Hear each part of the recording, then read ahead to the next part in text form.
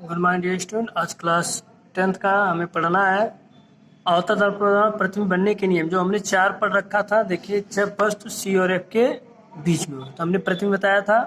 5वां आपका जब वस्तु एफ पर होगी।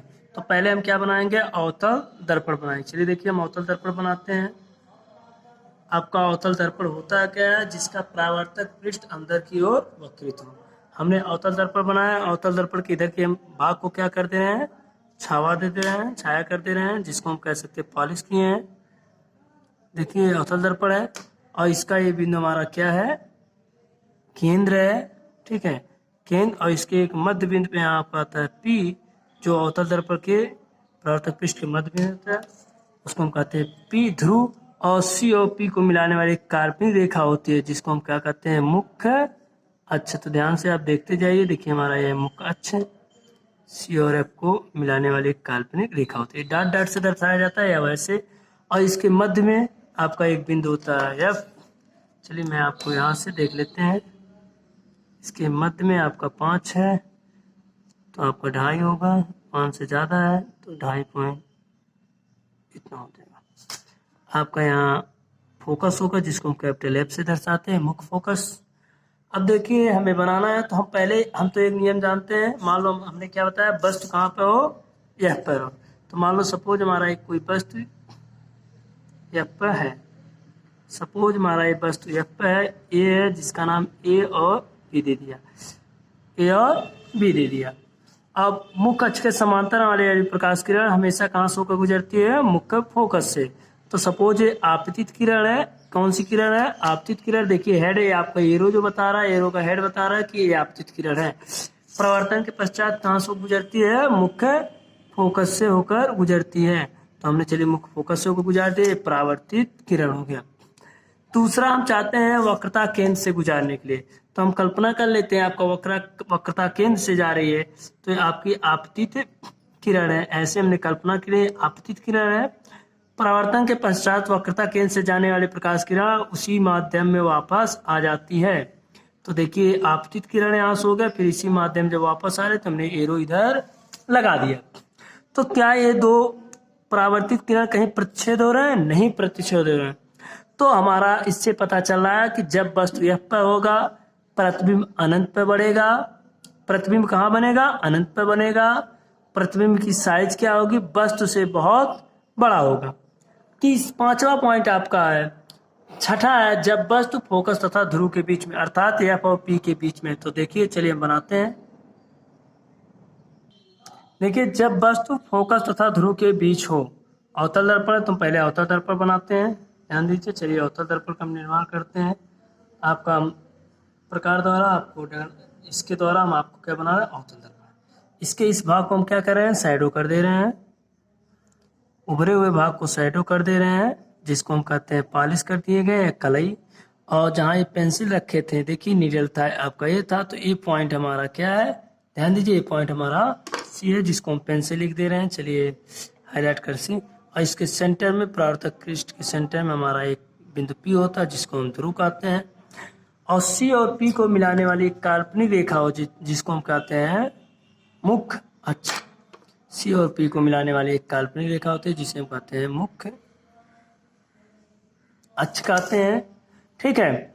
अब आप इसके मध्य में एक बिंदु होता है सी और एफ के बीच में। तो आपके इसके बीच में आपका ये 5 से थोड़ा सा ज़्यादा है, अर्थात 2.5 है।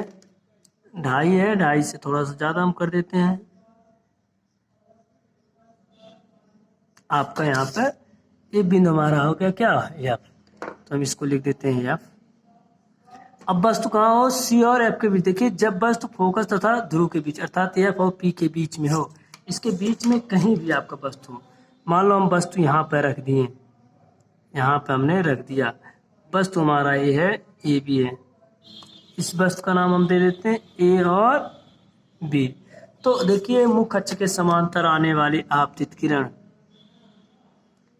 कहाँ से गुजरती है, मुख्य फोकस से। तो कहाँ से गुजर रही है, देखिए मुख्य फोकस से होकर गुजर रही है। तो हम ऐसे ऐसे कर देते हैं, और ये लाइन आपको डॉट डॉट करके पीछे भी बढ़ जाएगी। यहाँ पे यही आपका एक कंडीशन जो है, ऐसा ही आप डॉट डॉट करके पीछे ऐसे आभास हो रहा है कि वहाँ जा रहा है। ऐसे निकल गया। ठीक है, अगला हम वो सेंटर से गुजार दे, प्रकाश किरण कहाँ से गुजार दे, सेंटर से। तो देखिए आपतित किरण हमारी कहाँ जा रही है, सेंटर से जा रही है।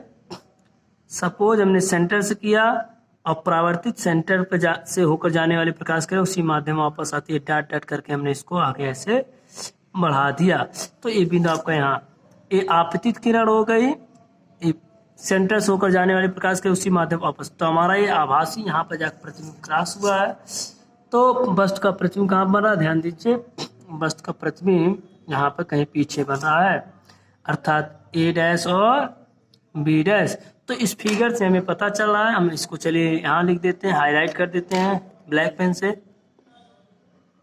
यहाँ से यहाँ तक का, तो इसको ए डैश कर दे रहे हैं, ए बी डैश है। तो वस्तु हमारा क्या था, ए बी था। तो देखिए इस साइड, इस वस्तु से इस लंबा है कि नहीं, बड़ा है। तो ये पूछा जाए यदि वस्तु की स्थिति पी और एफ के बीच में, पी और एफ के बीच में है, तो प्रतिबिंब कहाँ बना, दर्पण के पीछे बना। देखिए दर्पण है, दर्पण के पीछे बन रहा है। और वस्तु प्रतिबिंब का आकार क्या होता है, तो बड़ा है, वस्तु से बड़ा है। कैसा है, यहाँ देखिए वो आभासी एवं सीधा है, जैसे ये है वैसे आभासी एवं सीधा, जिसे पर्दे पर प्राप्त नहीं किया है।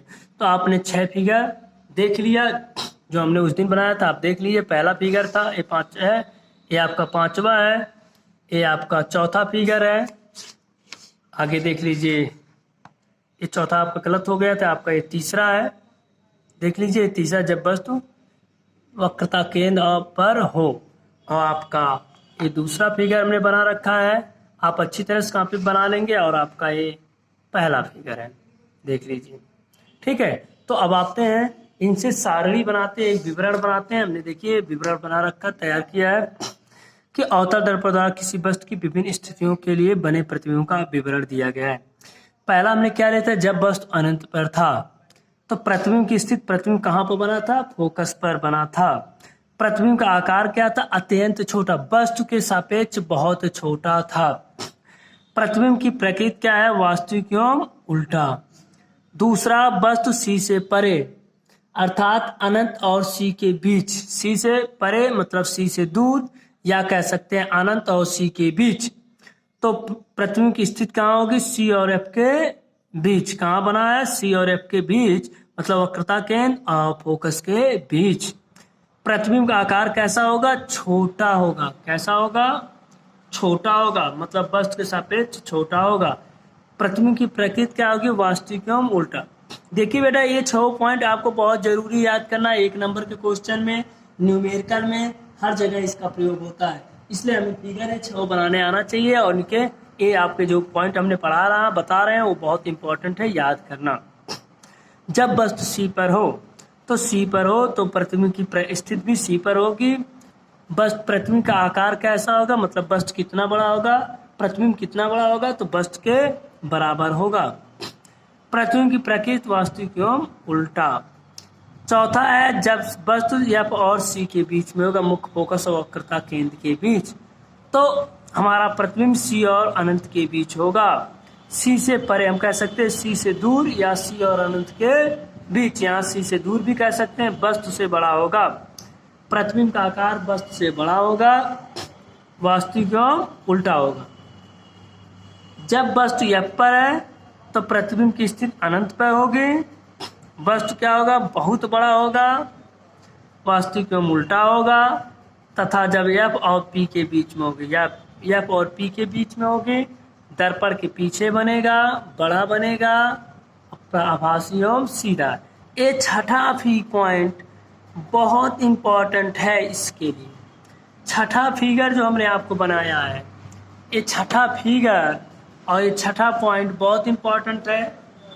हर वर्ष, प्रत्येक ईयर्स आपको ये एग्जाम में 1 नंबर के क्वेश्चन में यहाँ से बहुत तरह से क्वेश्चन करके पूछे जाते हैं। तो आपको, आई होप आपको समझ में आ गया होगी अवतल दर्पण द्वारा प्रतिबिंब की स्थिति कैसे बनाई जाती है और क्या क्या होता है।